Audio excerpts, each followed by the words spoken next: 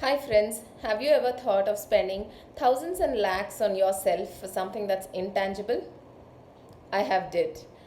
I had attended this 3-day workshop with Ron and Dave where you get 10 times more value than what you have spent.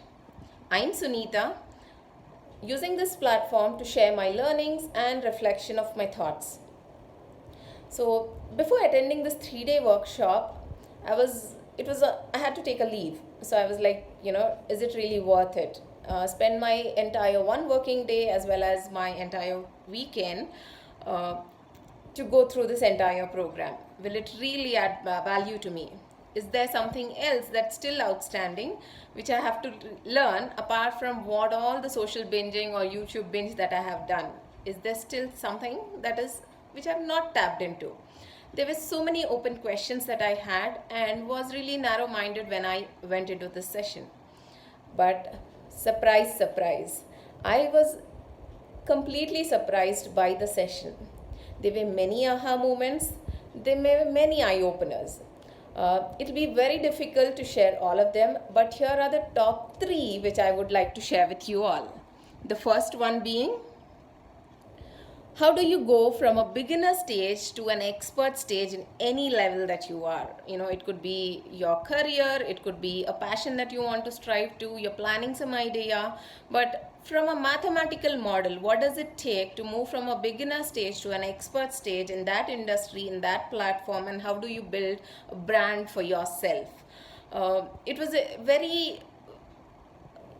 very meaningful session in terms of the data that was provided and how really it made sense with the numbers and how you can strategize around it. I'll be looking into my notes for the second point, the learning around the influencer metrics. We do not really reflect as we are working, going through our daily jobs, that is there something that I have to really think about influence? Is it not enough that I'm doing my job well?